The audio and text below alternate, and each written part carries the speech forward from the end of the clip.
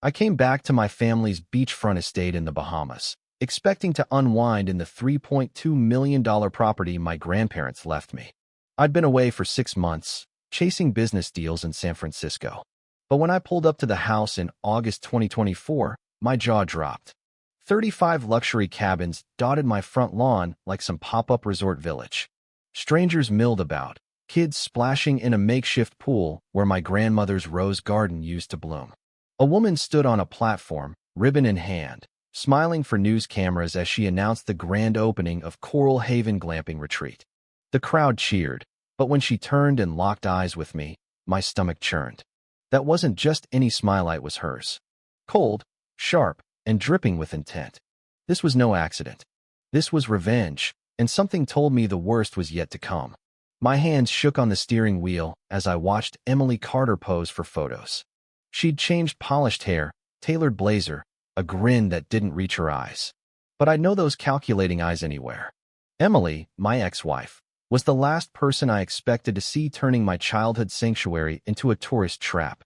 This was the place where I'd learned to fish with my grandfather, where my grandmother taught me to name every flower in her garden. Now, her rose beds were paved over with gravel paths, and a neon sign hung from the ancient banyan tree, screaming, "Authentic Island Getaway Book Today." Worst of all, the cliff where I'd scattered their ashes 3 years ago was now littered with plastic flamingos and tiki torches. My blood boiled, but I forced myself to stay calm. Emily didn't know I was here yet. I parked across the street, pulled out my phone, and started recording. As I crept closer, I heard her spinning lies to a reporter about sustainable tourism and community upliftment. The hypocrisy was sickening. This was the woman who'd screamed during our divorce that I was a selfish nobody obsessed with money. Now she was profiting off my stolen inheritance. Families checked into cabins built where my grandmother's vegetable patch once thrived, oblivious that they were on land swindled from me. It felt like watching strangers paw through my family's heirlooms. When Emily finally spotted me, her face flickered confusion, recognition, then a smug satisfaction. She sauntered over, her voice syrupy with venom. "Well, look who's back. James Carter, the hotshot entrepreneur, should I say, ex-property owner." She gestured at the resort like a game show host. "I've made some upgrades. Your grandparents would love seeing their land finally worth something." Her words hit like a punch. She knew how much this place meant to me. That's why she chose to gut me where it hurt most. I kept my phone recording and asked, "Emily, what's going on? This is my property. It's in my grandparents' will." She laughed, sharp and cruel, and handed me a stack of legal papers. "Oh, James, you should check your mail. When you abandon property, skip HOA fees, and ignore notices, the community steps in. It's all legal, darling." The documents claimed I owed $52,000 in fees and penalties, and my property had been foreclosed to cover it. The paperwork looked real: stamps, signatures, the works, but something felt off. Then she slid another paper across, and my heart stopped. It was an SEC filing showing my startup sold for $50 million, not the $12 million I'd reported during our divorce. She dug into my finances. "Some of us do our homework, James," she sneered. "Did you think you could hide that money forever?" This wasn't just about the house. It was revenge for her walking away from our marriage with $60,000 while I built a fortune. She'd been planning this for years, waiting to strike when I was at my peak. 2 police officers approached, called about a disturbance. Emily flipped to victim mode, painting me as a bitter ex harassing her legitimate business. The cops, holding her foreclosure papers, told me it was a civil matter and escorted me off my own land. As I left, I saw my grandmother's pearl necklace. Emily was wearing it, dangling it like a trophy. That night, a letter in Emily's handwriting waited in my mailbox. No return address, just a list of every place I'd been in San Francisco, my doctor's office, my gym, even the diner I visited every Thursday. At the bottom, a note. "Predictable as ever, James." She'd been stalking me, studying me like prey. I called Marcus Reed, my old college buddy turned property lawyer in the Bahamas. If anyone could unravel this, it was him. In his cluttered Nassau office, Marcus's face paled as he read Emily's documents. "This is next level, James. She didn't just trip into this. She's been scheming for years." Emily had moved to the Bahamas post-divorce, cozying up to local officials and becoming HOA president. She'd sent notices to my old San Francisco address, knowing I'd never see them, exploiting a loophole to rack up penalties and seize my land. Then Marcus found something worse. Emily had $15 million in disaster insurance on the resort, with clauses for hurricane and tsunami damage. He showed me weather reports she'd been getting hurricane warnings for the Bahamas, with a Category 4 storm projected to hit in 48 hours, right during her grand opening. She's not just stealing your house, Marcus said. She's banking on a disaster.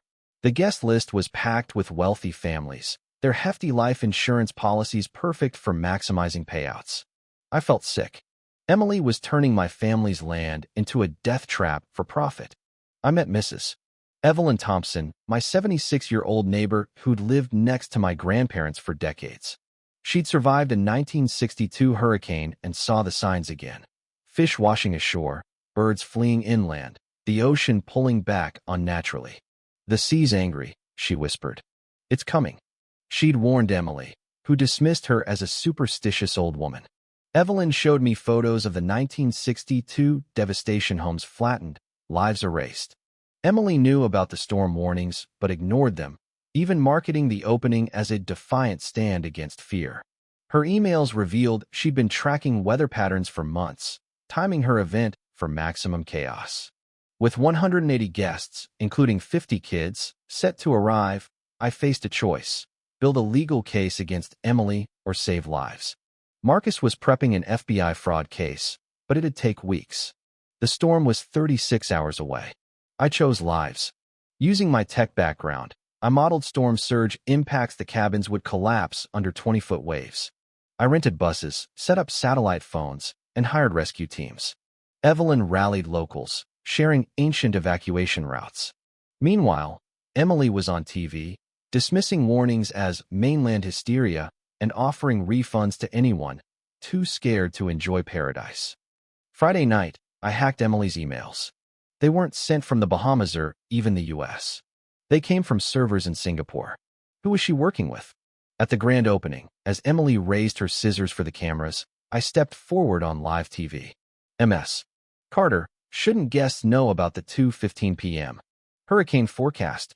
Her face froze. She blurted, "How do you know the exact timing?" That slip was her undoing. I played her recorded admissions, her insurance fraud plans, her targeting of wealthy guests, her knowledge of the storm. The crowd gasped. Cameras zoomed in.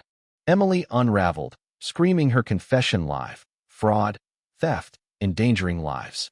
FBI agents moved in as panic erupted. At 2:15 p.m. on Saturday, August 17, 2024, the hurricane hit. 20-foot waves obliterated the cabins in minutes, leaving only debris where my grandparents' garden once stood. But every guest was safe on high ground, thanks to Evelyn's routes and my logistics. Locals opened their homes to strangers, and the world watched our triumph over Emily's evil. Her helicopter, loaded with cash, crashed due to mechanical failure, stranding her to face justice. The FBI later uncovered a global network of 47 similar schemes, testing disaster response weaknesses. Emily was a pawn in a larger plot to exploit vulnerable communities, her revenge just a cover. I used my $50 million to fund recovery, building a tsunami education center on the land. Evelyn's traditional knowledge, now globally recognized, saved lives across 20 nations.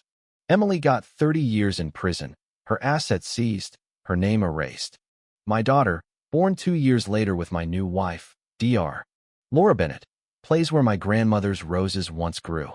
The land is now a beacon of hope, teaching survival through science and wisdom. But here's what keeps me up: Emily's last words before the storm hit. "You think this is about me, James? This is just the start. Who was really pulling the strings? Why test disaster responses in remote islands? And what's their next move?" Comment below, where are you reading from? What do you think they are planning? Hit like if this story gripped you, and subscribe for more tales where truth fights deception. The ocean always knows.